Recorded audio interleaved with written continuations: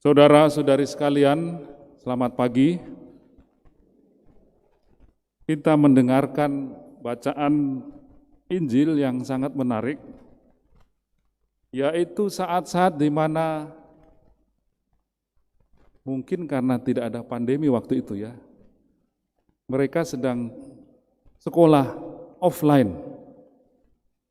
Dikisahkan tadi Yesus sedang mengajar murid-muridnya. Mungkin kalau pandemi pun tidak apa-apa offline karena rupanya mereka di ruang terbuka. Tetapi saudara-saudara sekalian, kali ini kita diajak belajar dari murid-murid tapi dalam arti yang tidak baik atau belum baik. Murid-murid ditampilkan sebagai murid-murid yang tidak ideal. Pertama, tadi dikatakan setelah Yesus memberi pengajaran ya, Putra manusia akan diserahkan dalam tangan manusia, akan dibunuh, lalu akan bangkit. Lihat kalimat berikut. Mereka tidak mengerti perkataan itu, namun segan menanyakannya kepada Yesus. Ini murid yang tidak baik ya. Tidak mengerti, tapi segan bertanya atau tidak mau bertanya. Itu bukti satu. Jangan ditiru dalam hal ini para murid. Mereka diberi pelajaran tetapi tidak mengerti, tetapi tidak mau bertanya kepada Yesus. Nanti kita coba cari tahu kenapa itu ya. Bukti yang pertama. Yang kedua, semacam ujian ada juga ini ya. Mungkin mid semester begitu ya.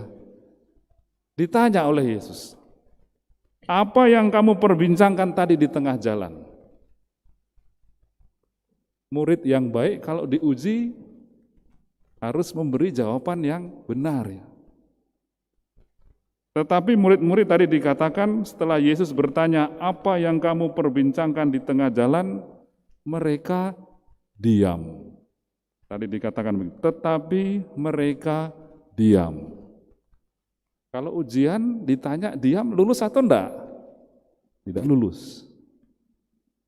Jangan ditiru juga ini. Dalam hal ini, murid-murid ini, kita tentu bertanya-tanya kenapa ya mereka kok tidak mau menjawab pertanyaan Yesus. Dua alasan. Tidak mengerti, tidak mau bertanya. Waktu diuji, diam. Jadi enggak lulus ini.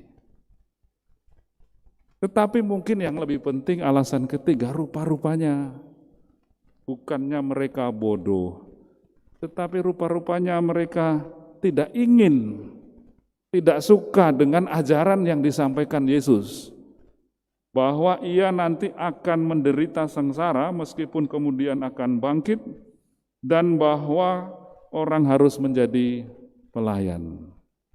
Nanti terbukti, kita tahu semua Bapak Ibu Saudara-saudara sekalian, pada waktu ujian yang sesungguhnya, ketika yang dikatakan Yesus ini sungguh-sungguh terjadi, ketika dia disalib, murid-murid bukan hanya diam, tetapi lari ketakutan, bahkan mengkhianati Yesus.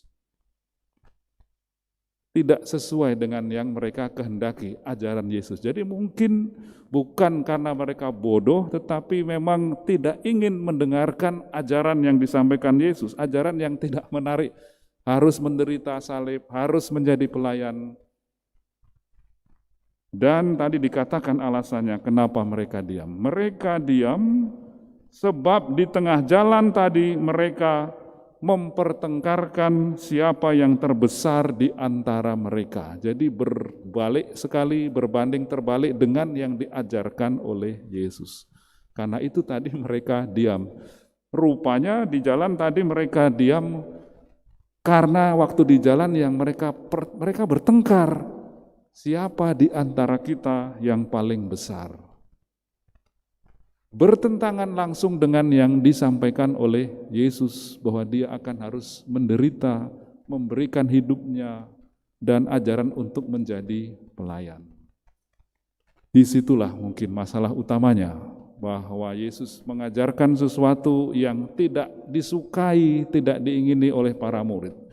Nanti baru ya setelah Yesus bangkit, murid-murid mungkin sungguh-sungguh bertobat. Bapak, Ibu, saudara-saudara sekalian, kalau murid-murid tadi atau seperti kita juga suka bertengkar tentang siapa yang paling besar di antara kita, celakalah kita ya. Akibatnya nanti seperti dilukiskan dalam bacaan kedua khususnya. Kalau orang ribut bertengkar terus tentang siapa yang nomor satu dan paling besar, pasti akan ada banyak iri hati di antara mereka. Seperti dikatakan dalam bacaan kedua, saudara-saudara terkasih, di mana ada iri hati dan mementingkan diri sendiri, di situ ada kekacauan dan segala macam perbuatan jahat. Itu juga pesan penting liturgi kita hari ini. Yesus mengajarkan kita untuk menjadi pelayan. Murid-murid masih bertengkar terus tentang siapa yang terbesar di antara mereka, dan karena itu kiranya akan lahir banyak sekali sikap iri hati. Kalau orang sibuk memikirkan, berusaha menjadi yang paling hebat di antara yang lain, dikatakan dalam Injil bertengkar terus tentang itu, pasti banyak iri hati, dan celaka betul kalau ada banyak iri hati dalam hidup di antara kita. Santo Fransiskus Assisi menganggap dosa iri hati itu dosa yang berat sekali. Bahkan dia mengatakan dosa iri hati itu sama dengan dosa menghujat Allah.